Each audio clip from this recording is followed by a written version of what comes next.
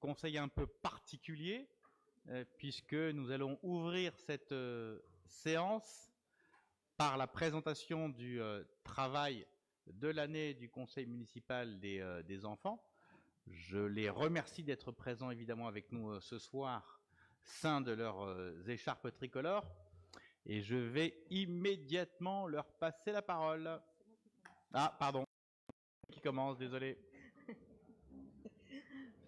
Monsieur le maire, chers collègues, donc nous avons avec nous 16 enfants du conseil municipal des enfants. Ils étaient 45 élus, des CE2, CM1 et CM2, avec cette année une très forte disparité, 30 filles, 15 garçons.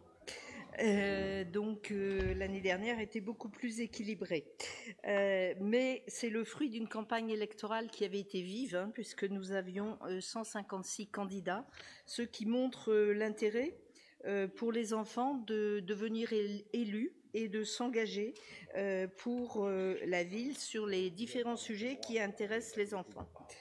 Alors ce travail, nous l'avons fait cette année avec des thèmes en travaillant à la fois sur le patrimoine, la culture, le développement durable, l'information, les médias et les thèmes relatifs à la prévention, la citoyenneté et la santé.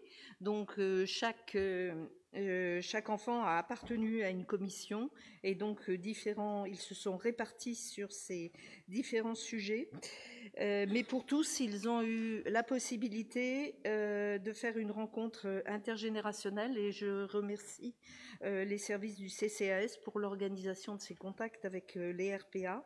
Et puis, ils ont eu la possibilité assez exceptionnelle d'aller visiter la rédaction de l'Union à Reims et donc de voir le siège de l'Union, de tout comprendre de la fabrique d'un journal, et ils en ont tiré une expérience puisqu'ils ont appris à faire des interviews sur le fond vert et vous verrez quelques éléments de ces interviews puisque nous vous passons une petite vidéo auquel ils ont contribué. Donc plus de 40 rencontres au cours de l'année, de nombreux partenaires. Donc, je viens de citer les membres des RPA. Il y a eu les pompiers, la direction de l'environnement, la CITAC. Ils ont eu de longs échanges avec Monsieur Maigret, donc, qui avait 7 ans en 1945, qui leur a raconté le bombardement du 27 avril 1944. Ils ont rencontré Hervé Chabot, qui leur a fait sentir l'atmosphère de Châlons pendant la Deuxième Guerre mondiale. Ils ont évidemment rencontré des journalistes, différents agents de nos directions municipales et des directions de la communauté d'agglomération, des associations comme celle de la protection civile ou de la prévention routière. Donc c'est vraiment un bilan très riche. Et donc je tiens à remercier donc tous ces acteurs sans lesquels on n'aurait pas pu mener ce programme, ainsi que les parents qui ont été très fidèles, qui les ont soutenus, qui n'ont pas hésité à les emmener dans tous ces rendez-vous. 40 rendez-vous, c'est quand même beaucoup. Et donc, ils ont toujours été présents. Je voudrais aussi remercier les enseignants qui sont de plus en plus impliqués dans nos écoles, et notamment dans le temps privilégié qui est la compétition électorale, l'élection, le temps de l'élection. Et puis, bien sûr, vous me permettrez de remercier toute l'équipe de la direction éducation et jeunesse et toute l'équipe de la communication, l'implication très forte de Michael qui est avec nous ce soir pour construire tous ces temps. Donc, avant de leur laisser la parole pour qu'ils vous expriment ce qu'ils retirent de leur expérience, je voudrais que l'on présente le petit film qui vous permettra de mesurer la densité de leur activité. Donc, c'est un film qu'ils ont réalisé au fur et à mesure des temps d'échange. Voilà.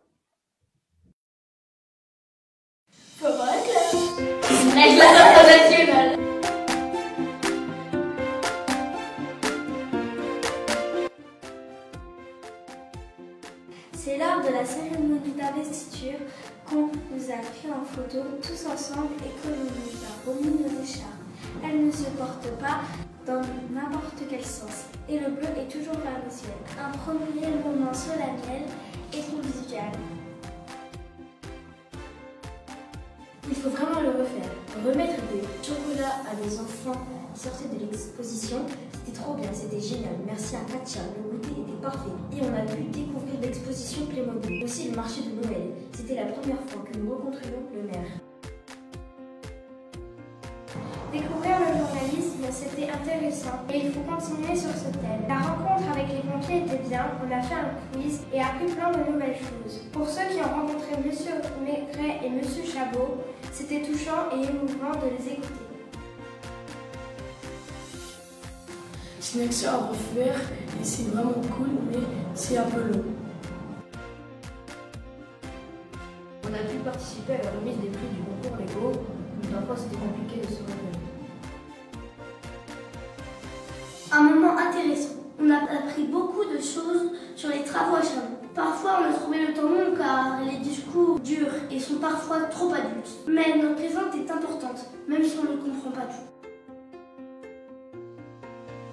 Beaucoup de choses intéressantes. C'est très bien d'être mélangé entre enfants de toutes les écoles. On fait des connaissances, on se découvre, on a ressenti beaucoup d'émotions. Ému, attristé, choqué, quand Maigret nous a parlé du bombardement de Chalon et de son histoire. Mais on a aussi beaucoup de respect pour le courage des personnes qui ont vécu ou vivaient cela. Concernant le journalisme et les reportages, c'était bien et intéressant de pouvoir utiliser du matériel, de filmer et d'interroger les autres. Cela nous a aidé à comprendre les questions à se poser et à nous ouvrir aux autres. Préparer le rallye de la liberté n'est pas toujours facile et les mots compliqués en histoire. Et cela nous a permis d'apprendre et aussi d'imaginer de nouveaux panneaux d'exposition sur le bombardement de Chalon le 27 avril 1944 et sur l'histoire des personnes fusillées le 6 mai 1944.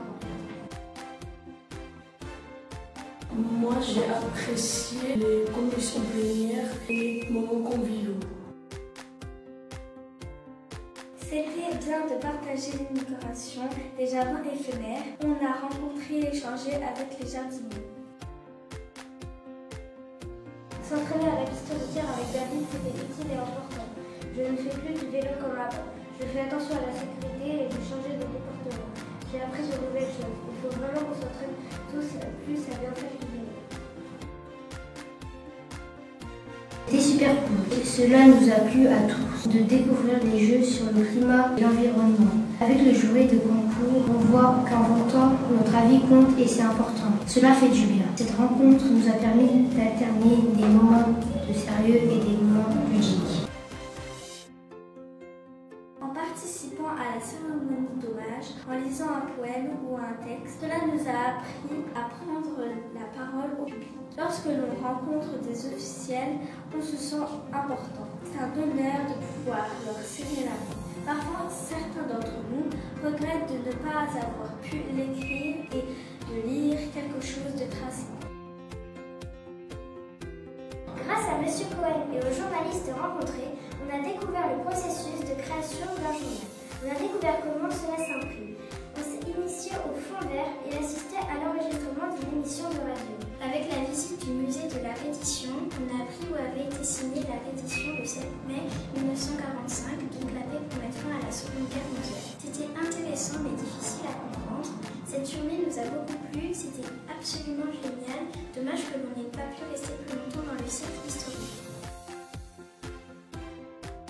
Alors, cette journée était aussi très sympa et même géniale. On a aussi découvert à quoi ressemblait la chambre ou le logement de la résidence. Et on a passé du temps avec des personnes âgées. Et on a pris plein de jeux. Les résidents nous sont battus aux jeux de société. On a quand même pu leur expliquer quelques jeux aussi. C'était sympa et un beau moment de faire partager le goûter avec eux. Je me suis sentie utile et je sais que ça fait du bien aux personnes âgées. C'est l'atelier cuisine que j'ai préféré. Puis enrichir nos connaissances et le livre était pratique et ludique. On a appris des choses importantes, cela nous a sensibilisés. On a appris beaucoup de choses sur la Deuxième Guerre mondiale et puis c'était bien de pouvoir transmettre des savoirs aux autres. En participant à cette cérémonie, on a découvert la stèle souvenir et rencontré les porte-drapeaux. Cela nous a permis de nous souvenir et c'est une belle opportunité d'avoir pu rencontrer le préfet. On a aussi été interviewé par un journaliste. C'était intéressant. On pourrait refaire des nettoyages marchands au clinois, mais cette fois en invitant aussi tout le monde, ceux qui veulent participer, nos familles, etc. Et on pourrait aussi mettre en place des brigades vertes dans chaque école. On a pu partager ce qu'on avait appris avec 600 personnes. J'ai bien aimé faire le quiz avec les élèves. J'ai trouvé cette sortie très ludique. J'ai aussi aimé la cérémonie avec les 2 chants qu'on a chantés et les stands étaient aussi super. J'ai particulièrement aimé cette sortie car on a pu rencontrer des personnes importantes comme le préfet. Alors cette fête est bien. Il faudrait qu'elle dure toute la journée et que l'on y invite encore plus de monde. J'ai aimé interviewer les participants et animer l'atelier Vélo Smoothie. J'ai aimé cette fête, refaisons-le. C'était bien et intéressant d'apprendre la vie des personnes à l'époque. Et le goûter, pain, confiture, miel et chocolat était délicieux.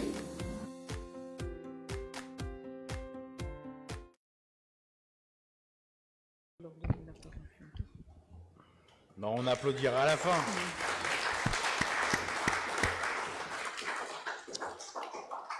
Et bien maintenant, je passe la parole au conseil municipal des enfants. Je ne sais pas qui commence. Par contre, il faut peut-être le faire avec un micro, sinon ceux qui nous suivent par Internet ne pourront pas les entendre.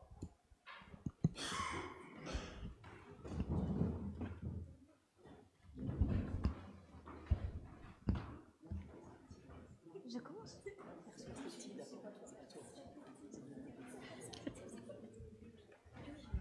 Faire plus de projets avec les personnes âgées.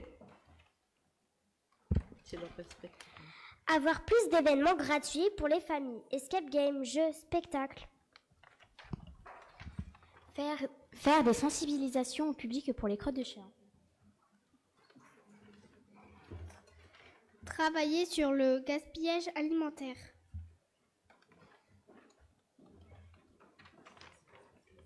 Transformer un bâtiment abandonné pour créer une maison des enfants. Les peindre, les décorer, avoir des pièces thématiques, des jeux, des parcs, de l'aide aux leçons.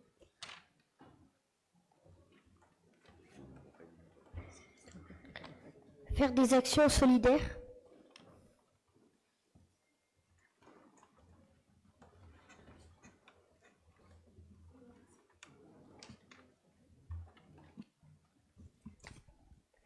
Cette année, j'ai beaucoup aimé le CME car j'ai pu faire des connaissances avec d'autres enfants et des référents que je ne connaissais pas auparavant. Et enfin, des personnes importantes comme par exemple Monsieur le maire, Madame Sabine Bourbrock et Monsieur Joris Lefebvre. Cela m'a aidé à avoir plus confiance en moi. Le CME m'a permis de faire de nouvelles rencontres, enfants et adultes. J'ai apprécié les moments historiques car j'aime l'histoire et j'ai découvert un personnage que je ne connaissais pas, Pierre Dac. Le CME m'a permis de rencontrer des copains.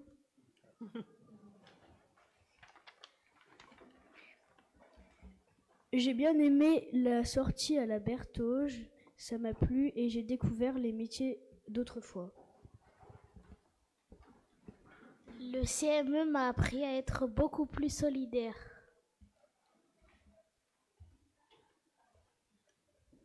Le CME m'a aidé à être plus concentré et à faire plus attention aux autres. J'ai adoré le moment où on a ouvert le marché de Noël.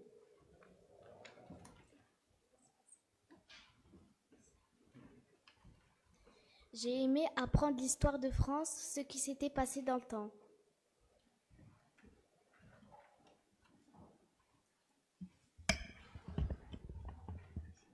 Donc vous le voyez à travers tous ces témoignages directs, donc les enfants ont passé une très belle année, leur bilan est riche, ils laissent des idées, des perspectives, donc certains d'entre eux seront encore avec nous l'année prochaine, d'autres passent en 6e, d'autres ont fait 2 ans donc ils nous quittent, mais donc la continuité est assurée.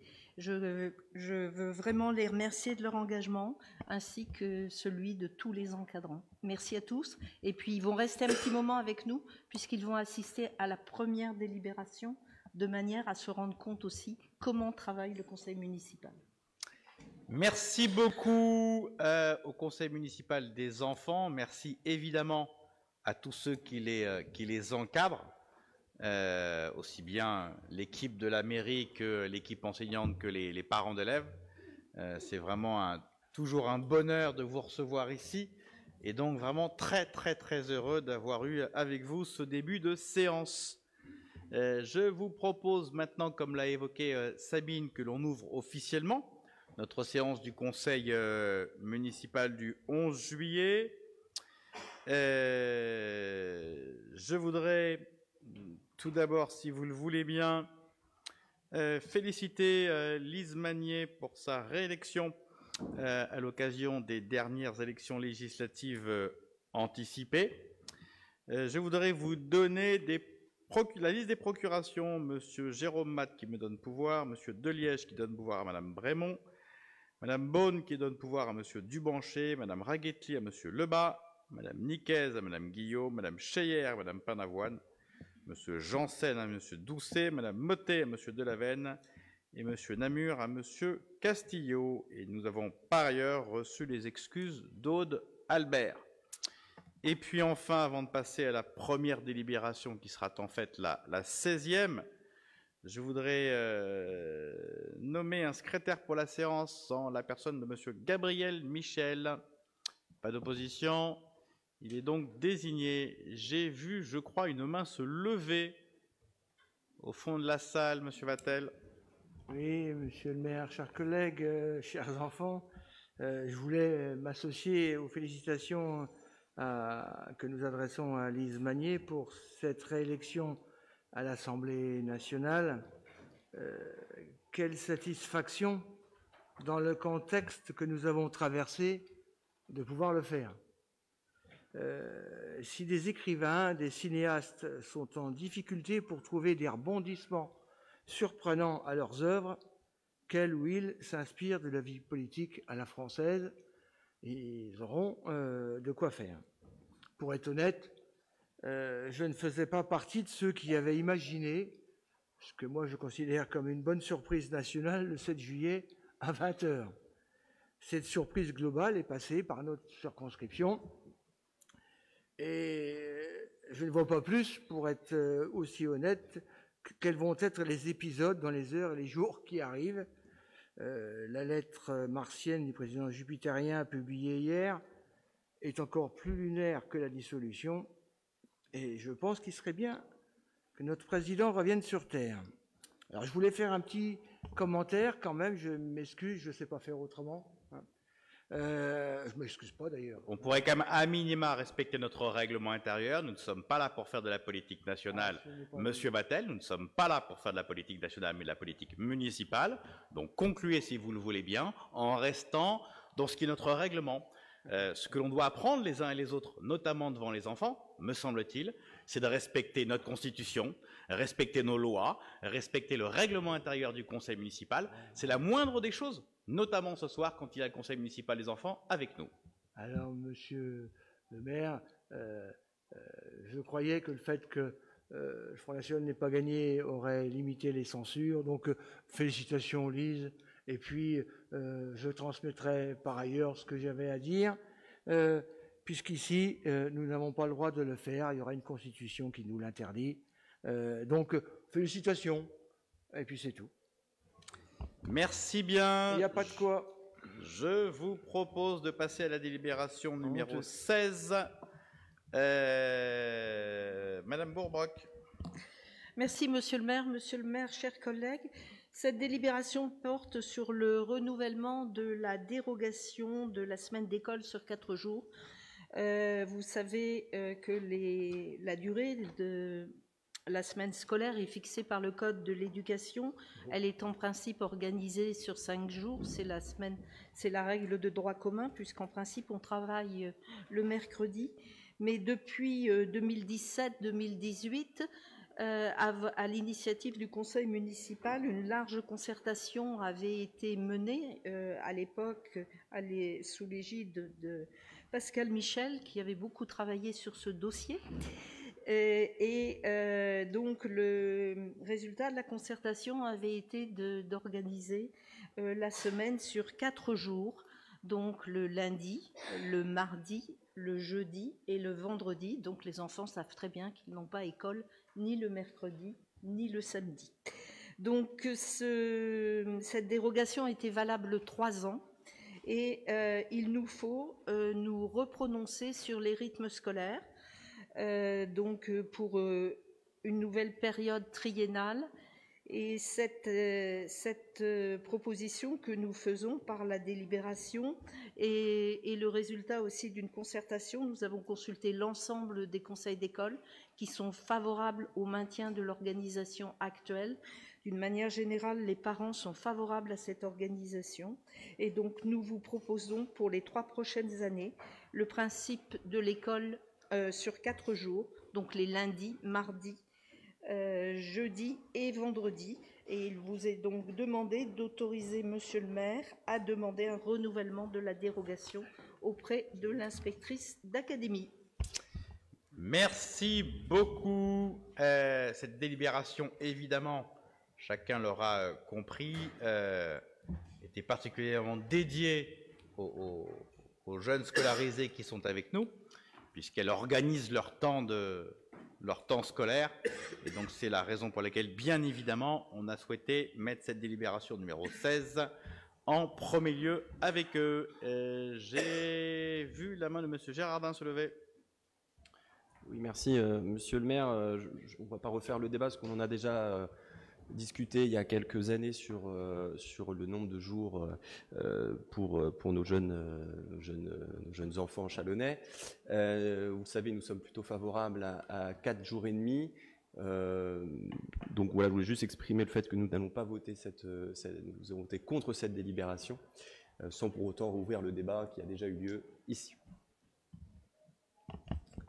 Nous allons effectivement délibérer. Pardon, Monsieur Vattel. Je crois que j'ai le droit là de parler. Donc pour les mêmes raisons, puisque nous pensons qu'il est préférable pour les enfants de travailler 4 jours et demi et non pas 4, comme on l'a déjà expliqué par le passé. Désolé pour ceux qui sont là qu'aujourd'hui. Eh bien, on votera contre cette délibération. Et j'aurais presque envie de vous rejoindre. Y a-t-il d'autres demandes de prise de parole? Qui est défavorable à cette délibération? Donc 1, 2, 3, 4, 5, pardon. Qui s'abstient? La délibération est donc adoptée. La délibération numéro 1, on va reprendre dans l'ordre le conseil municipal à 1, Monsieur Chauvière. Monsieur le maire, chers collègues, la présente délibération porte sur la rétrocession d'une concession funéraire accordée le 19 juillet 2016 pour une durée de 15 ans au cimetière de l'Est, moyennant le remboursement de la somme de 270,67 €. Merci. Y a-t-il des questions sur cette délibération? Il n'y en a pas. Je vous propose donc de passer à la délibération numéro 2, la DM1, Monsieur Lebas. J'ai pas fait voter? Ah non, pardon. Sur la 1, y a-t-il des oppositions? Des abstentions? La délibération numéro 1 est donc adoptée. La 2, Monsieur Lebas. Monsieur le maire, mes chers collègues, après l'adoption du compte financier unique au dernier conseil municipal, vient le temps du budget supplémentaire qui permet d'ajuster les crédits votés au budget primitif 2024 et d'effectuer la reprise des résultats de clôture du budget 2023 clos le 31 décembre. En attendant que la technique se mette en route,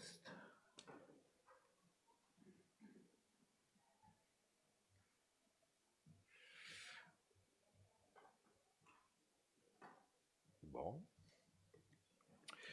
Donc nous avons un BS du budget principal après reprise des résultats et des reports de 23 865 000 euros qui se répartissent en 7,9 millions sections de fonctionnement et 15,8 millions en section d'investissement.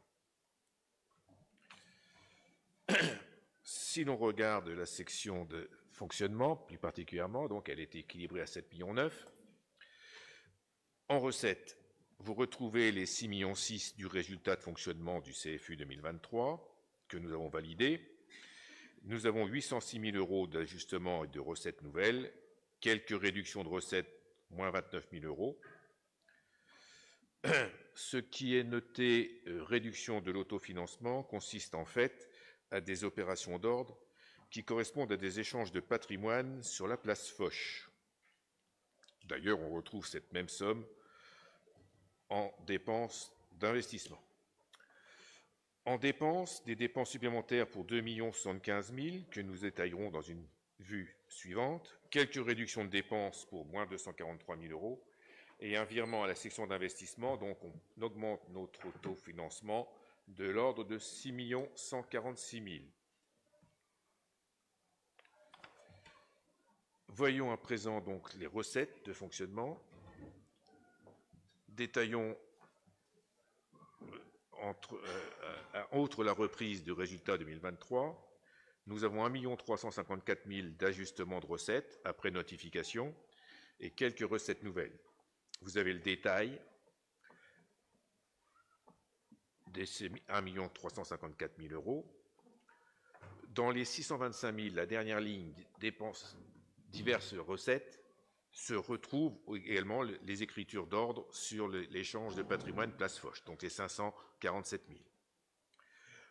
À part cela, on trouve des ajustements de produits fiscaux, des dotations, la DSU, plus 176 000, la participation de l'État à l'expérimentation des tenues d'école, 57 500 euros, et un complément du contrat en France jeunesse pour 80 000 euros.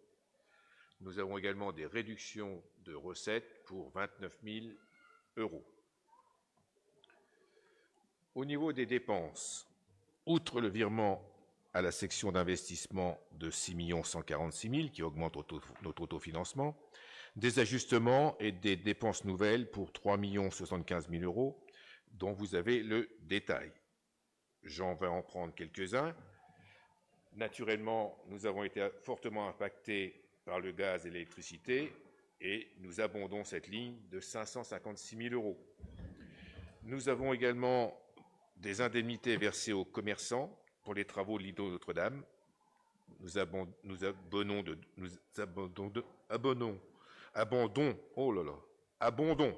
285 000 euros. On remet 191 000 euros sur le personnel. Les achats des uniformes dans les écoles, pas des uniformes, des tenues d'école dans les écoles, 127 000 euros. La dotation de l'État, c'est à peu près la moitié, si ce n'est qu'elle ne prend pas en compte les compléments le supplément de tenue pour des échanges éventuels ou des accros. Ce qui explique que ça ne fait pas 50%. Il n'empêche que ces tenues d'école étaient contingentées à 200 euros. Elles sont bien dans les 200 euros. L'accompagnement du projet cirque, il y a des animations exceptionnelles, 70 000 euros, essentiellement l'inauguration de l'îlot Notre-Dame. Et puis vous avez tout le détail. Je ne vais pas le reprendre entièrement. Nous avons aussi des réductions de dépenses, moins 243 000 euros, divers ajustements à la baisse de subventions ou de dépenses en fonction du calendrier de décaissement et notamment pour Connect Chalon. Nous passons à la section d'investissement. Vous avez la ventilation par gros postes que nous allons détailler.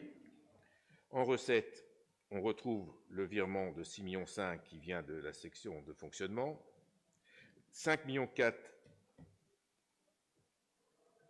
l'autofinancement, 5,4 millions de virement de section de fonctionnement et 717 000 de mouvement d'ordre. On diminue les emprunts de 1 300 000 euros.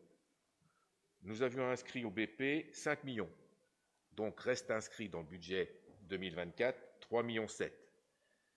Mais dans les 3,7 millions, nous avons 3 millions de l'emprunt Intracting pour financer Connect Chalon à 2%, que nous avons contracté en 2023 et que nous levons progressivement à raison de 2,250 millions en 2024 et 750 000 en 2025. Ça veut dire que nous ne leverons pas de nouveaux emprunts a priori cette année. En dépenses, il y a des ajustements pour 1 465 000 € et des dépenses nouvelles pour 3,50 millions que nous allons détailler. Tout d'abord, on retrouve l'autofinancement, la diminution du recours à l'emprunt et nous avons des ajustements pour un montant d'1 261 000 €. On relève le solde de la subvention Verbo, fin de l'opération en rue pour 516 000 €, du FCTVA 176 000 €, la taxe d'aménagement plus 124 000 € et des subventions DECIL pour le musée du Cloître pour 100 000 €, des fonds de concours et diverses subventions dont vous avez le détail. On a aussi quelques réductions de recettes pour 1,30 million, dont 600 000 € de subventions pour le réseau de chaleur, que nous retirons parce qu'en fait, nous avons perçu tardivement fin décembre. Et nous avons moins 425 000 € du fait de décalage de subventions qui ne devraient être perçus qu'en 2025 en fonction de l'avancement des travaux, essentiellement sur Schmitt. Sur les dépenses d'investissement, 4,5 millions de dépenses complémentaires, dont 1,4 million de dépenses 2023 non reportées ou réinscrites. Vous y trouvez dedans de la PPI Voirie, 213 000 €, le Square Semar, 212 000 €, le Grand Salon de l'Hôtel de Ville de la Menuiserie, 140 000 €, la soulte pluriale pour les échanges de parcelles sur Saint-Dominique pour 100 000 €, le gymnase Vallée-Saint-Pierre, 96 000 €, le stade Claude-Jacques, 89 000 €, des travaux dans des bâtiments, dans des locaux nous appartenant, rue d'Orléans, Croix-Jean-Robert ou au CSC Rive-Gauche. Et vous avez également 50 000 € pour le skatepark. En dépenses, des ajustements pour 3,50 000 €. Par AP, vous avez le détail. Sur l'AP territoire zéro carbone, 335 000 € notés parc des expositions. En fait, c'est le branchement du parc des expositions au réseau de chaleur. AP Centre-Ville, Musée du Cloître, 168 000 €. Centre-Ville, Terrasse, République et Foch, 26 000 €. Connect Chalon, nous avions mis une tranche optionnelle sur du bâtiment. Nous n'avions mis que 2 bâtiments sur cette tranche. Eu égard aux résultats prometteurs que cela laisse augurer, nous étendons cette tranche optionnelle donc à d'autres bâtiments, donc nous mettons 218 000 € en plus. Des rayonnages pour 175 000 €, des ajustements de crédit, de logiciels et des ajustements de crédit de paiement 2024 et d'anticipation de crédit de paiement 2025 pour 2 79 000 €, dont 1 800 000 rien que pour Chalon Connect. Voilà, Monsieur le maire, mes chers collègues, le budget principal supplémentaire 2024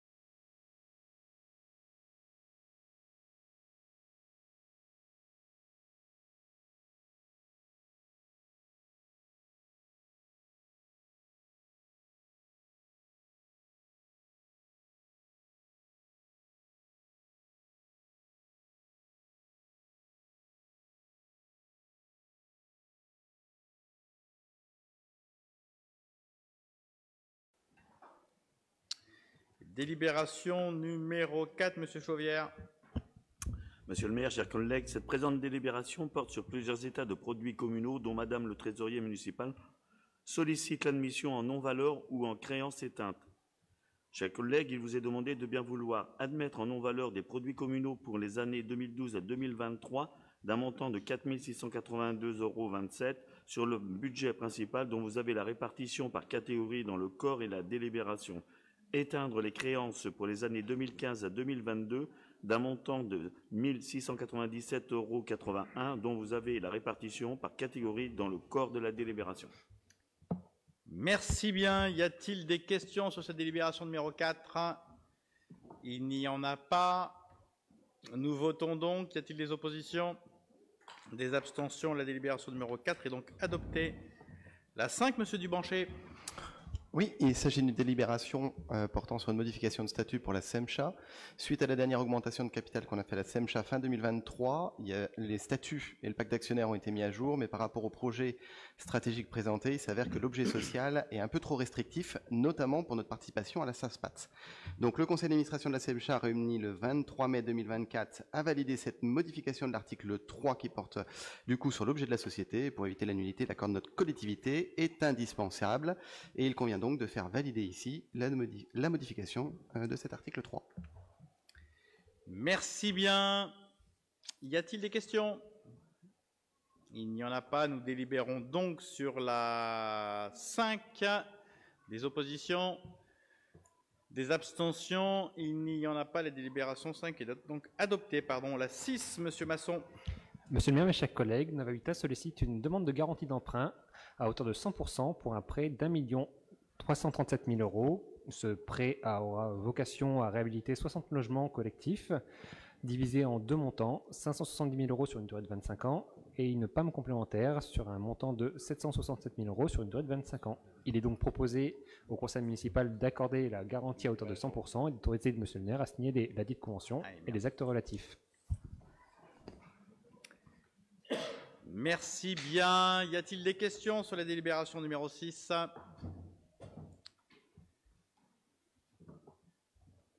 Monsieur Lebas ne prenant pas part au vote et s'absentant, je vous propose donc de délibérer. Y a-t-il des oppositions? Des abstentions? La délibération numéro 6 est donc adoptée. Avant de passer à la 7, pardon, j'ai oublié de préciser sur la 5 que dans le cadre de cette délibération, je porte un pouvoir pour Monsieur Matt.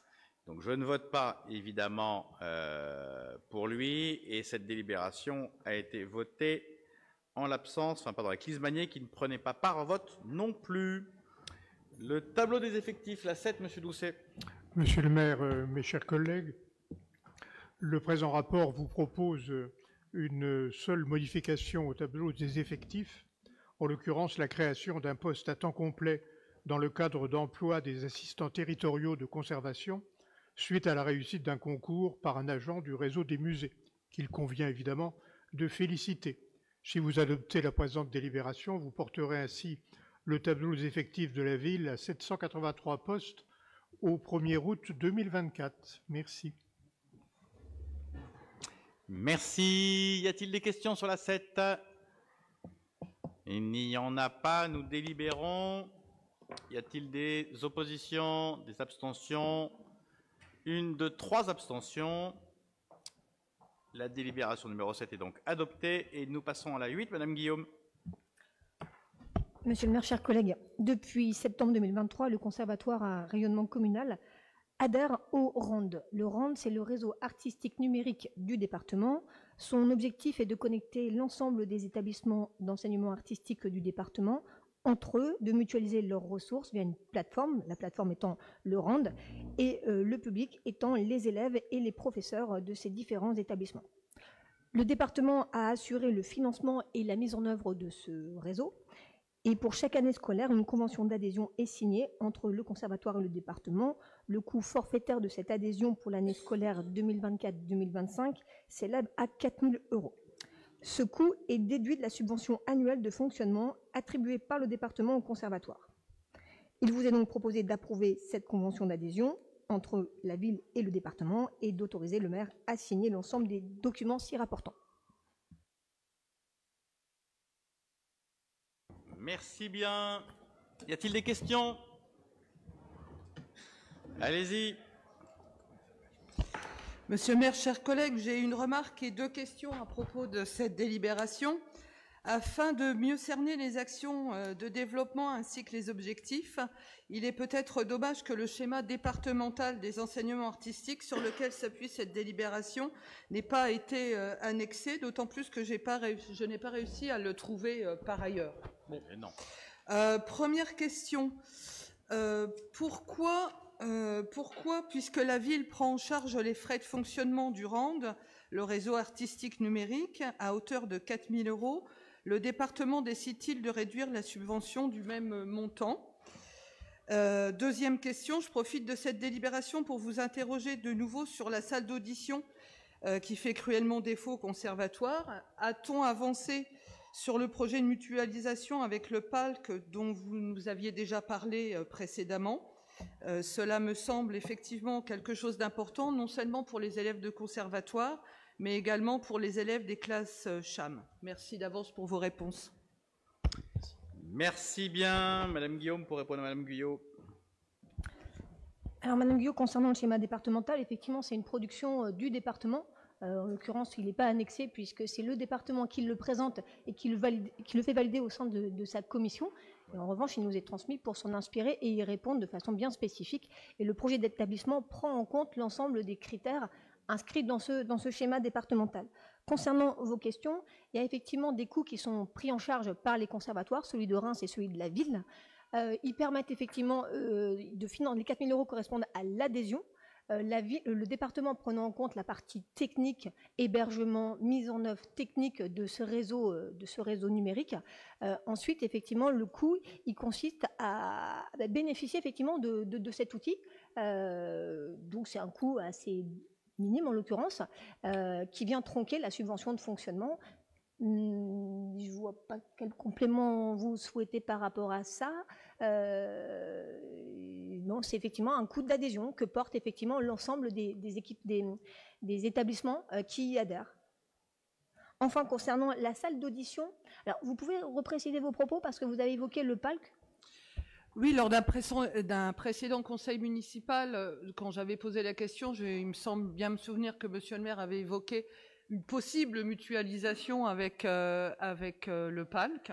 Et je voulais savoir si on avait avancé, si c'était toujours d'actualité ou pas. Alors, je ne pense pas avoir évoqué une possible mutualisation avec le PALC, même si évidemment il y a un lien potentiel entre les deux. Vous savez que le PALC, aujourd'hui, utilise la salle rive gauche. Qu'à partir du moment où on aura créé, mais ce n'est pas donc une mutualisation avec le PALC, c'est plutôt une substitution qu'une mutualisation, ce n'est pas tout à fait la même chose. Et donc, il est effectivement tout à fait probable qu'à partir du moment où nous aurons construit le futur bâtiment qui sera utilisé par le PALC, nous dédions la salle rive gauche au conservatoire pour pouvoir l'utiliser en salle notamment de répétition ou de diffusion au bénéfice du conservatoire. Il n'y a rien de nouveau par rapport à notre précédent débat, puisque cette substitution ne pourra évidemment avoir lieu qu'à partir du moment où l'autre bâtiment sera sorti de terre. Nous avons, si mes souvenirs sont exacts, à l'occasion du précédent conseil municipal, lancé le concours d'architecture pour le bâtiment du musée et du PALC. Nous aurons courant de cette année le choix architectural. Ensuite, il y aura évidemment l'ensemble des études à lancer, puis la construction lui-même du bâtiment. Donc on en prend pour quelques années devant nous, et ce n'est qu'à l'occasion du départ du PALC, de la salle rive gauche, que l'on pourra faire la substitution en question. Y a-t-il d'autres questions? S'il n'y en a pas, je vous propose de délibérer sur la 8. Y a-t-il des oppositions? Des abstentions? La délibération numéro 8 est donc adoptée. La 9, Madame Guillaume. Alors, on vient de valider l'adhésion du conservatoire au RAND, et cette fois, c'est une délibération très technique. Hein. L'objectif, c'est que pour assurer la mise en œuvre du RAND, on vous propose d'approuver une convention constitutive d'un groupement de commandes entre le département, la ville de Reims et la ville de Châlons. Ce groupement de commandes portera sur la passation du marché, sur la mise en ligne des pièces du marché et sur la gestion administrative du marché. Merci de votre attention. Merci bien. Y a-t-il des questions sur la 9? Il n'y a pas de questions. Je vous propose donc de délibérer. Des oppositions, des abstentions, il n'y en a point. Nous passons à la 10. Madame Guillaume. Alors après le RAND, après son fonctionnement, venons-en à la convention d'objectifs entre le département et le conservatoire. Depuis 2008, le département participe au fonctionnement du conservatoire en tant qu'établissement d'enseignement artistique. Par ailleurs, le conservatoire est un partenaire essentiel dans la mise en œuvre du schéma départemental des enseignements artistiques que vous évoquiez, Madame Guyot. Alors, l'aide au fonctionnement du département s'élève à 38 000 €. En contrepartie de cette subvention annuelle, le conservatoire déploie ses missions pédagogiques, culturelles et développe des partenariats, notamment avec le CNAC et l'école de masseurs kinésithérapeutes. Il vous est donc proposé d'approuver la convention d'objectifs entre la ville et le département et d'autoriser le maire à la signer. Merci bien. Y a-t-il des questions? Pas de questions sur cette troisième délibération concernant le conservatoire. Y a-t-il des oppositions, des abstentions?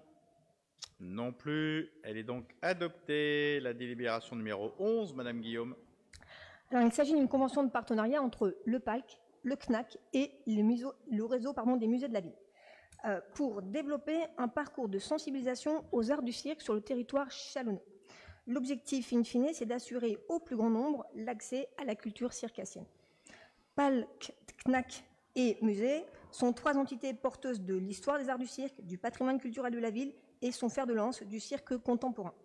Un partenariat entre ces structures amorcera une nouvelle manière de travailler ensemble, de connecter ces lieux entre eux et avec le public. Alors, précision, en 2023-2024, il y a déjà eu une première édition d'un parcours pédagogique. Il a été proposé et il a touché un peu plus de 1800 élèves. Ce parcours se composait de 3 ateliers, un sur la pratique d'une discipline circassienne, un sur l'histoire du cirque et une rencontre avec les artistes. En fait, ces 3 ateliers, ça définit le socle de ce qu'est de l'EAC, éducation artistique et culturelle. Alors, fort de ce succès et face à une demande suscitée par cette première édition, nous souhaitons intensifier la coopération entre ces 3 acteurs. Et pour accompagner cette montée en puissance, il est nécessaire de solliciter un conseil extérieur qui aura pour mission de consolider ce parcours de médiation et d'établir une mallette pédagogique prête à l'emploi à destination des publics scolaires. Alors, cette mission a un coût qui s'élève à 35 000 €. Il sera financé par les 3 partenaires, chacun à hauteur de 7 000 €, et la ville à travers une subvention de 14 000 € accordée au PALC. Il vous est donc proposé d'approuver cette convention de partenariat et d'autoriser le maire à la signer.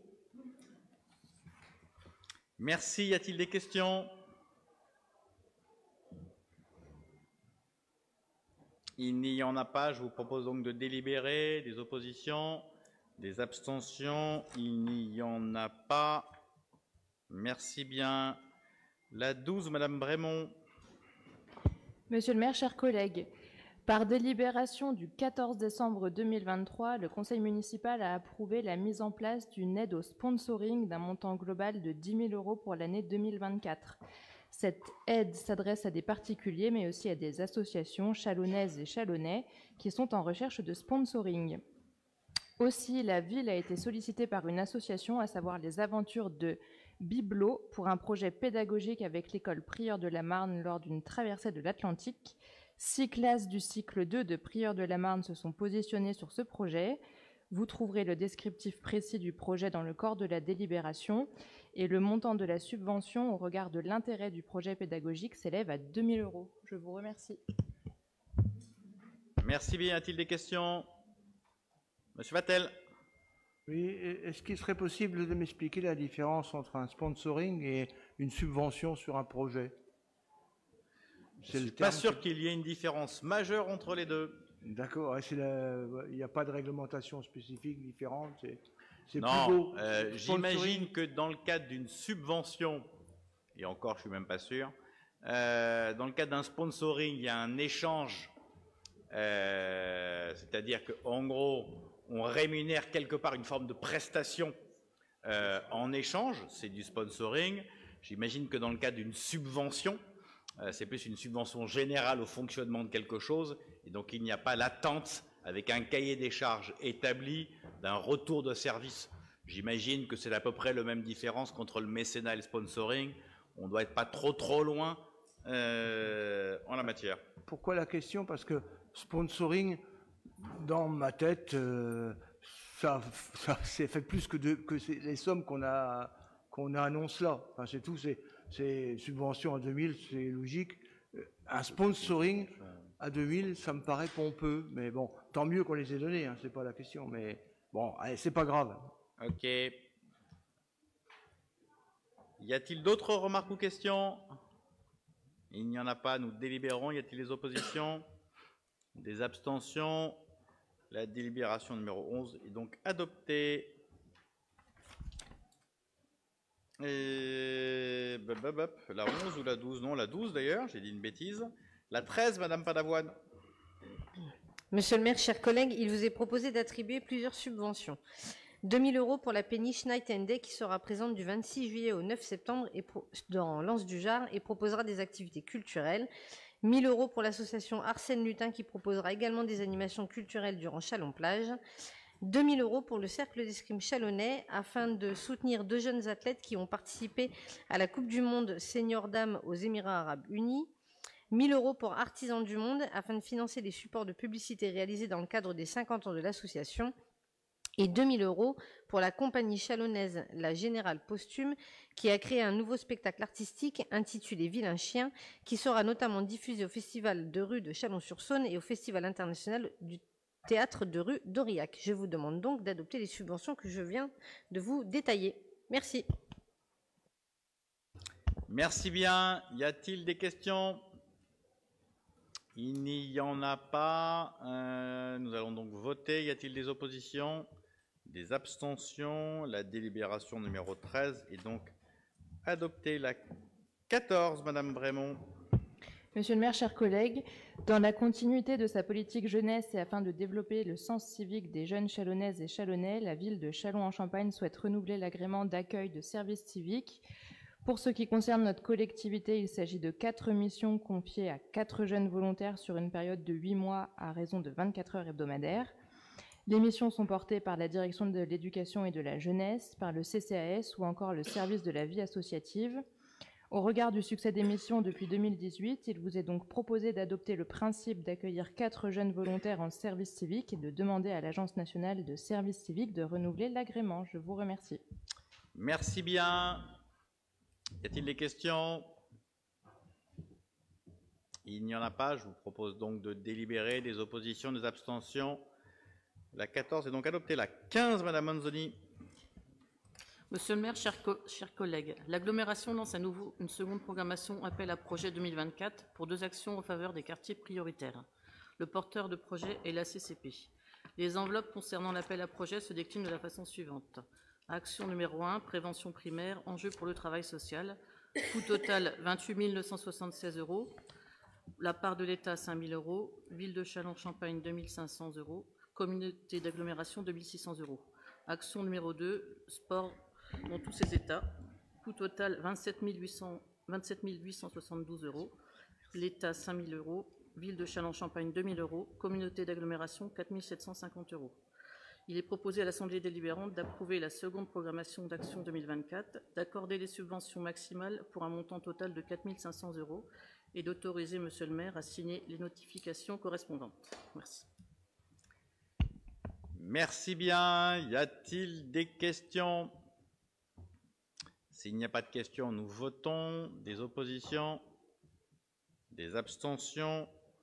La délibération numéro 15 est donc adoptée. Nous avons déjà, en ouverture de séance, délibéré sur la 16. Nous passons donc à la 17, Monsieur Guillemot. Monsieur le maire, chers collègues, ceci est la première délibération d'une série que j'espère le plus fructueux et rapide possible, puisqu'elle traduit la première avancée opérationnelle de transformation de l'offre commerciale du quartier Schmitt, qui est au cœur du projet de réhabilitation du quartier. Je rappelle que le conseil municipal du 11 juillet 2019 avait délibéré favorablement pour la réalisation d'une étude urbaine globale sur le quartier, et une première étude a été menée sur le volet commercial, été menée dès février 2020, et complétée par une étude sur le volet commercial en juin 2021, notamment en raison de la fermeture simultanée de Leader Price et du Lidl. Aujourd'hui, comme vous le savez, le quartier est confronté à des problématiques liées à la sécurité, ainsi qu'à l'absence d'offres et de centralité commerciale. La fermeture de ces commerces de moyenne surface alimentaire est une vraie source d'inquiétude pour les habitants. Et parallèlement, les 4 cellules commerciales riveraines situées au 26B, au 32B rue Émile Schmitt éprouvent des difficultés diverses. Et nous avons pour objectif de maintenir la boulangerie et la pharmacie.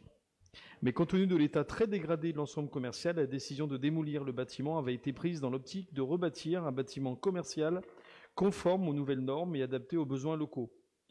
Pour ce faire, une procédure de DUP a été lancée courant 2023, l'objectif étant l'acquisition par la ville des 4 commerces précités, visant à être démolis pour en transférer à minima la pharmacie et la boulangerie dans un nouveau pôle commercial, incluant bien sûr une nouvelle surface alimentaire d'environ 400 m².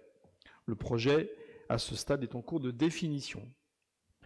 La rencontre avec les 4 propriétaires a démarré le 12 octobre 2023. Madame Caddy, qui est propriétaire du 26B, a accepté le montant d'acquisition de 100 K € proposé par la ville en date du 3 mai 2024. La signature de l'acte authentique devant notaire n'interviendra qu'après la libre occupation de l'immeuble. Il est donc proposé à notre Assemblée de bien vouloir voter la présente délibération portant l'acquisition de la parcelle située 26 bis rue Émile Schmitt. Merci. Merci beaucoup, Monsieur Guillemot, de nous avoir présenté la délibération numéro 23 quand nous vous demandions de nous présenter la délibération numéro 17. Je vous propose donc une petite substitution d'ordre du jour, si vous l'acceptez les uns et les autres. Et nous allons donc débattre de la 23 avant de revenir à la 17. J'étais prêt. Oui, Monsieur Gérardin. Merci, Monsieur le maire. Effectivement, on trouvait ça curieux. Je ne retrouvais pas les éléments dans la délibération 17, mais effectivement, nous voulions intervenir sur la délibération 23. Nous ne pouvons être silencieux face au drame qui est survenu dans le quartier Schmitt en début de semaine. Et nous voudrions profiter de cette délibération pour exprimer notre attachement et notre solidarité avec les habitants du quartier. Ce qui s'est passé est une tragédie qui bouleverse. Autrefois paisible et calme et animé, le quartier semble de plus en plus sombrer dans la déshérence et la peur. La peur de sortir chez soi à certaines heures, la peur d'un mauvais regard, la peur d'une mauvaise rencontre. Après les violences urbaines qui ont profondément marqué ce quartier il y a un an, voilà le retour des règlements de compte et du trafic de drogue qui gangrène ces rues. Châlons, comme de nombreuses villes moyennes désormais, est frappée par l'explosion du narcotrafic dans notre pays. C'est une véritable submersion. Il faut le dire avec toute la gravité que cela incombe. En dépit de l'engagement sans faille des services de police et de justice, les stupéfiants, même les plus durs, sont dorénavant disponibles tout le temps et partout. Non seulement notre pays est à un point de bascule, mais surtout, la réponse de l'État manque de moyens, de lucidité et de cohérence. Il faut un traitement de choc. Nous n'avons pas ici la prétention de résoudre un problème si complexe et d'une ampleur nationale, mais nous considérons qu'à Châlons, nous devons faire bloc pour que le quartier Schmitt, qui nous est si cher, retrouve la paix et la tranquillité. Bien sûr, il y a des réponses d'aménagement urbain à apporter. Nous le savons, elles sont sur la table, nous ne l'ignorons pas, et elles seront une partie de la solution. Mais combien de temps avant que les premières grues arrivent dans le quartier pour faire leurs œuvres? Il y a des réponses structurelles, mais il y a aussi des réponses claires et urgentes à apporter. Il faut des policiers plus présents sur le terrain et revenir sur la suppression de la police de proximité orchestrée par Nicolas Sarkozy. Il faut des services commerciaux de proximité, comme il est proposé dans cette délibération et que nous approuvons. Il faut une réponse sociale de proximité également, avec des moyens supplémentaires à destination du centre social et culturel. Il faut mettre autour de la table l'ensemble des acteurs de sécurité, de prévention de la délinquance, pas seulement au sein du CLSPD, mais aussi avec les habitants du quartier. La première des réponses, c'est la proximité. Trop d'habitants ont le sentiment d'être abandonnés, de ne pas être écoutés. Ils ne font plus confiance en la promesse républicaine de sécurité. Ils veulent de l'écoute et des réponses claires. C'est pour ces raisons que nous demandons la tenue d'une réunion publique sur place avec les élus en charge, les acteurs sociaux, le procureur, les services de police pour échanger avec les habitants et répondre à leurs questions qui, sachez-le et vous le savez, sont très nombreuses. Il ne faut pas lâcher le quartier Schmitt. Il ne peut pas y avoir des habitants de seconde zone. Notre mission aux côtés des services de l'État est de tout faire pour établir l'ordre et la sécurité. Merci bien. Y a-t-il d'autres questions ou commentaires sur la délibération numéro 23? Il n'y en a pas. Monsieur Guillemot, quelques éléments de commentaire ou de réponse? Sur l'aspect sécurité, il faudrait plutôt que ce soit Marcel, notre collègue Marcel, qui réponde. On avait déjà mené un certain nombre d'opérations en lien avec la police municipale, la police nationale, il y a maintenant un an, qui avait donné lieu à une augmentation des rotations de la part des deux polices. C'est le moment où on avait installé également une caméra de vidéosurveillance devant les commerces. Bon, visiblement, ça ne suffit pas, mais en tout cas, c'est un point sur lequel on continue à travailler. Il y a aussi le côté vitesse, hein, on sait qu'il y a un problème de vitesse également dans la circulation dans le quartier. Alors, c'est pas le sujet que vous abordez, mais en tout cas, on y veille. Ben là, en l'occurrence, c'est un sujet de sécurité, et peut-être que Marcel pourra compléter. Mais là, on est sur un projet commercial. C'est l'objet de la délibération. Monsieur Chauvière. Oui, en complément de ce que vient de dire Christophe Guillemot, nous avons aussi travaillé avec Nova Habitat et Pluria Habitat, qui permet aussi aux policiers municipaux de pénétrer dans les bâtiments qui auparavant ne le pouvaient pas. Aujourd'hui, on accentue. Avec la police nationale, il y a eu PlaceNet aussi, un travail sur ce dossier. Et donc, chaque jour, nous faisons des contrôles sur le quartier Schmitt.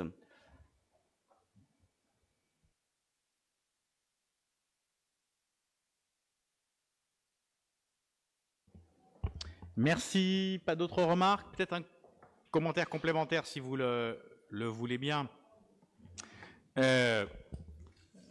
Vous posez évidemment une question lourde, conséquente, grave, au regard de ce qui a pu se passer ces derniers jours sur le quartier Schmitt.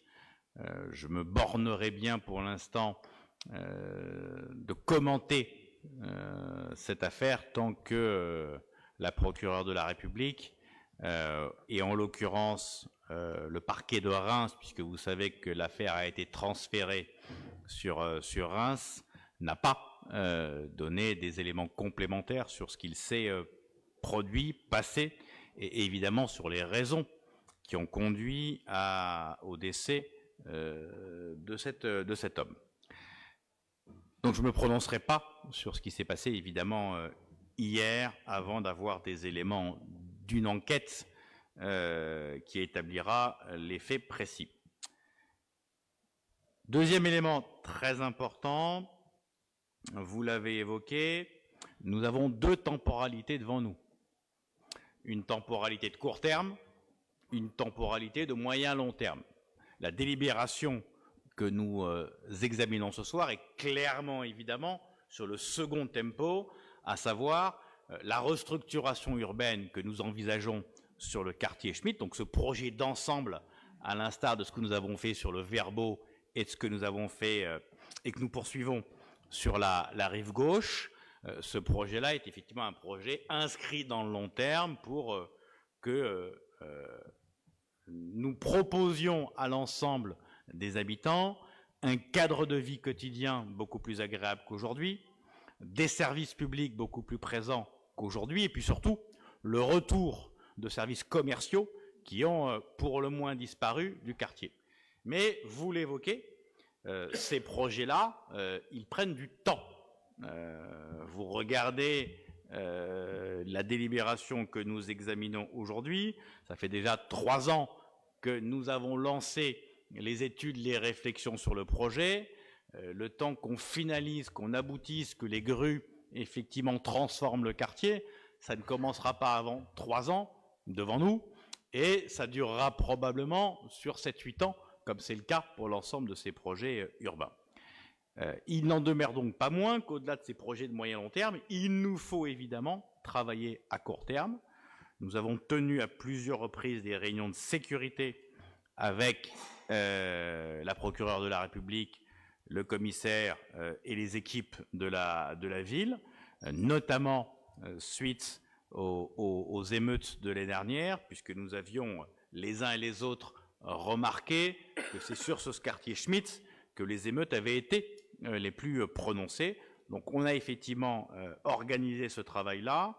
Comme l'évoquait Christophe, comme l'évoquait Marcel à l'instant, il y a des rondes, une présence policière, police municipale, police nationale, beaucoup plus conséquente que dans le passé. Et donc oui, on a engagé ce travail de sécurité. Christophe Guillemot l'a également évoqué à l'instant, les forces de l'ordre nationales se sont engagées dans le cadre des opérations Place Nette et ont fait une opération sur Schmitz. Je ne sais pas, mais j'imagine qu'il pourrait y en avoir, qu'il pourrait y avoir des redondances en la matière. Et nous avons, à l'occasion de chacune des réunions mensuelles de sécurité que nous faisons avec la procureure et le commissaire et la police municipale, nous avons évidemment à chaque fois un œil très très particulier sur ce quartier Schmitz, parce que vous avez raison, et je reprends votre formule conclusive, il est hors de question pour nous de lâcher le quartier Schmitz. C'est bien la raison pour laquelle nous avons engagé l'opération que nous évoquons encore ce soir. Est-ce qu'il y a d'autres questions ou d'autres remarques? Il n'y en a pas. Je vous propose donc de délibérer sur la 23. Y a-t-il des oppositions? Des abstentions? Il n'y en a pas. Je vous propose de revenir sur la 17, si vous le voulez bien. Je rajoute un élément important. Je vous rappelle que le quartier Schmitz, j'ai oublié de le préciser, n'était pas inscrit dans le cadre de la politique de la ville, ou plutôt il l'avait été, il a été retiré et il est revenu grâce notamment aux interventions de la députée, ce qui va nous permettre d'envisager une présence de l'État beaucoup plus conséquente sur le quartier et possiblement un accompagnement de l'État dans le cadre d'un projet que j'espère nous pourrons inscrire dans le cadre de l'ANRU. Monsieur Guillemot, s'il daigne nous présenter la 17 et pas la 18, la 23 ou la 25. J'avais absolument oublié cette délibération. Je m'en excuse. Donc la 17 est une délibération visant à la désaffectation et le déclassement d'emprises dépendant du domaine public communal sur le 1 et 3 rue Pierre-Songy. Puisque dans le cadre d'une politique d'amélioration de l'accessibilité de leurs immeubles et de maintien des seniors dans leur logement, Plurial Novilia a pour projet de la création d'ascenseurs dans des résidences qui en sont dépourvues. Dans cette optique, elle a étudié l'implantation d'ascenseurs à l'extérieur sur les 2 entrées des immeubles, 1 et 3 rue Pierre-Songy. Et dans le cadre de ce projet de cession, il est nécessaire de procéder dans un premier temps à la désaffectation matérielle conditionnant la sortie du domaine public de la dite emprise, puis ensuite de constater le déclassement de domaine public, qui fera l'objet d'une enquête publique avant intégration dans le domaine privé communal. Donc il vous est proposé de bien vouloir voter la présente délibération et de désaffectation. Merci bien. Y a-t-il des remarques sur la 17? Il n'y en a pas. Nous délibérons. Des oppositions, des abstentions? Je vous remercie. Je vous propose de passer à la 18, Madame Laudan. Monsieur le maire, chers collègues, suite à la résidentialisation de l'immeuble de la SA HLM Novabitat rue Saint-Dominique et rue de la Rochefoucauld, la création d'une liaison piétonne végétalisée entre la place de l'École des Arts et le quai des Gazards est envisagée pour maintenir le cheminement. Aussi, il est demandé à l'Assemblée d'approuver l'acquisition de la parcelle BD 467 de 288 m² aux 14 places de l'École des Arts, appartenant à la société IUFRM, pour l'euro symbolique et d'autoriser Monsieur le maire à signer les actes relatifs à cette exécution. Je vous remercie. Merci bien. Y a-t-il sur la 18 des commentaires ou des questions?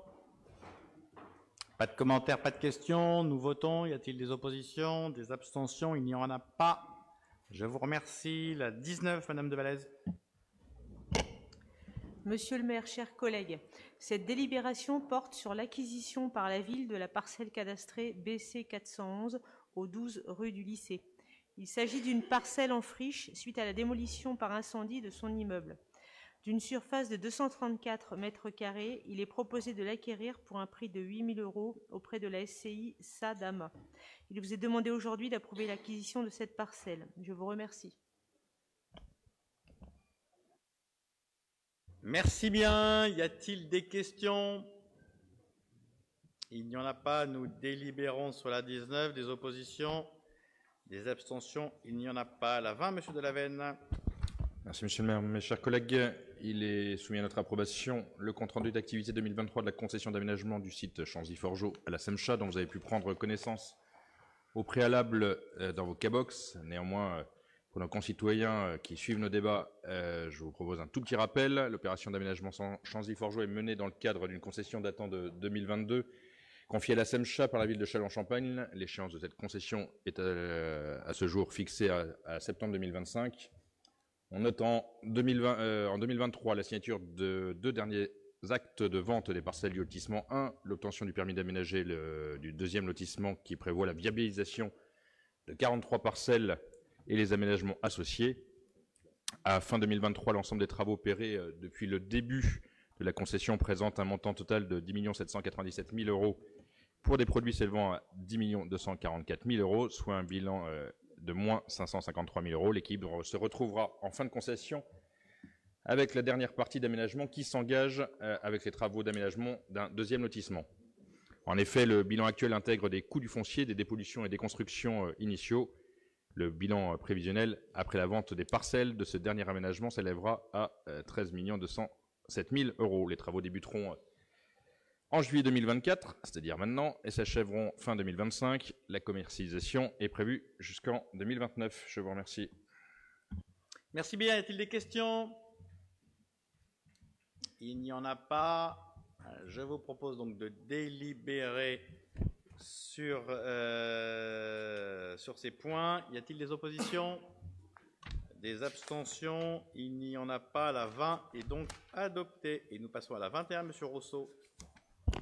Monsieur le maire, mes chers collègues, cette délibération a pour objet un 6e avenant à la convention publique d'aménagement de la ZAC Chanzy-Forgeau. En effet, face au succès des ventes de parcelles viabilisées de la tranche 1, la ville a souhaité poursuivre l'élargissement de ce quartier avec la tranche 2 du lotissement.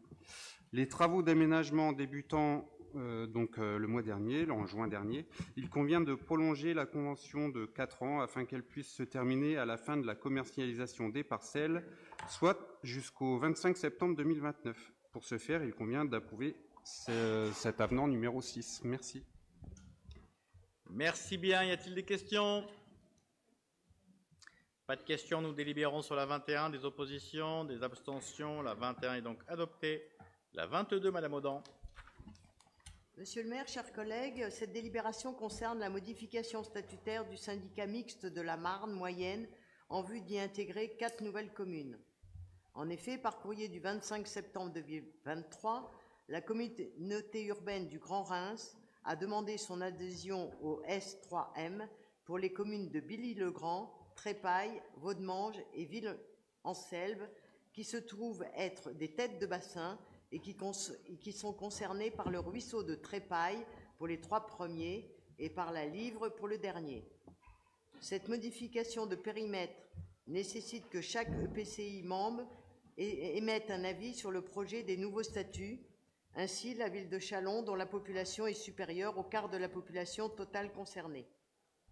Par conséquent, il vous est demandé de donner votre accord concernant cette modification de périmètre à compter du 1er janvier 2025 et d'en approuver les nouveaux statuts.